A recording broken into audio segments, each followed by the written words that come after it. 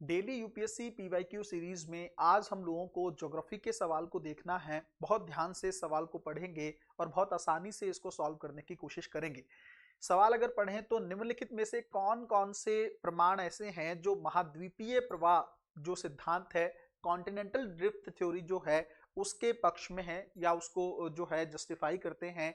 आप लोग बहुत अच्छे से जानते हैं कि वैगनर ने इस सिद्धांत को दिया था और उसने कहा था कि पहले सारे महाद्वीप जो है आपस में जुड़े हुए थे, जिसको पेंजिया बोलते थे, और वहां से ये मूव करते रहे और आज प्रेजेंस के सिनेरियो में या प्रेजेंट कंडीशन के तौर पर आप इनको अलग अलग महाद्वीप के तौर पर देख सकते हैं।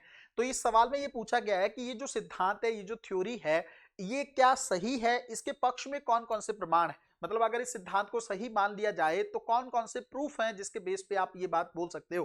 तो पहला स्टेटमेंट अगर हम लोग देखें तो ब्राजील के तट की प्राचीन शिलाओं की जो पट्टी है पश्चिम अफ्रीका की शिलाओं से मेल खाती है। ये तो आप, मुझे लगता है, मैप उठा के भी अगर आप देख लेंगे ना तो भी आपको पता लग जाएगा कि ब्राजील इधर से और इधर से जो अफ्रीका वाला कॉन्टिनेंट है, उनको अगर आप आपस में जोड़ेंगे तो ऐसा लगेगा कि हाँ, एकदम एग्जैक्ट जो है मैचिंग उसकी बैठती है। तो पहला स्टेटमेंट तो एकदम ठीक है।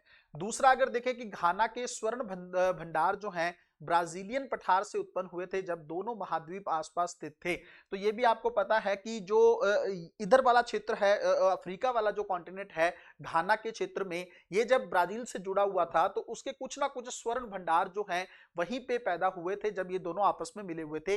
ये बात भी एकदम करेक्ट है। एनसीईआरटी जो आप पढ़ते हो उसके अंदर ही ये सारे प्रमाण दिए गए हैं।